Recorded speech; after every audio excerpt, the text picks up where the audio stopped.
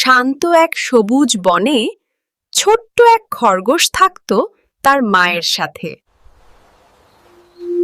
তাদের ছোট পৃথিবী ছিল হাসি, খেলা আর ভালোবাসায় ভরা। আমার ছোট তারা, দূরে যাবি না কিন্তু।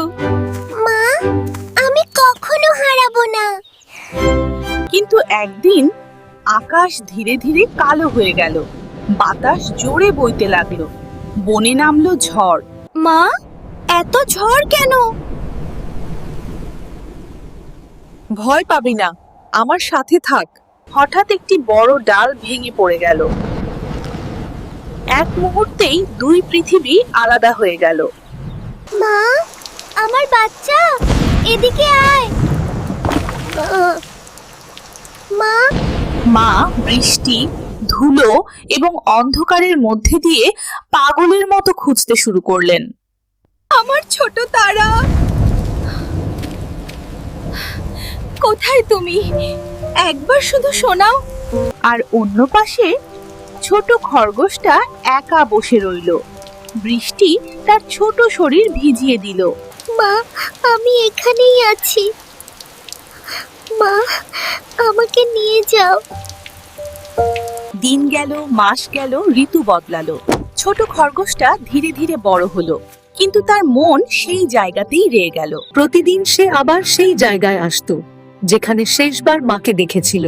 মা আমাকে খুঁজছে, আমি এখানেই থাকবো। বছর পরে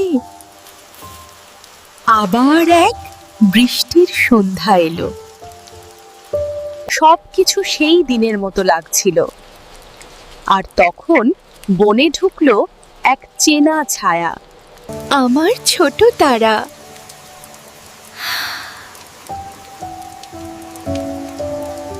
বড় খরগোশটা তাকালো, সময় যেন থেমে গেল। মা, মা ধীরে কাছে এলো। বছরের অপেক্ষা এক মুহূর্তে গলে গেল।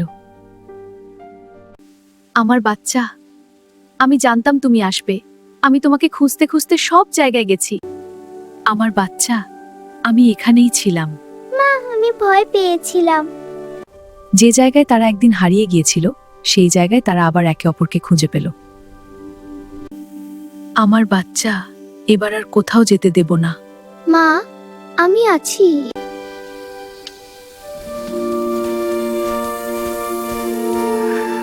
যদি এই গল্পটি তোমার ভালো লাগে তাহলে একটা লাইক দিও, কমেন্টে লিখো তুমি মাকে কত ভালোবাসো।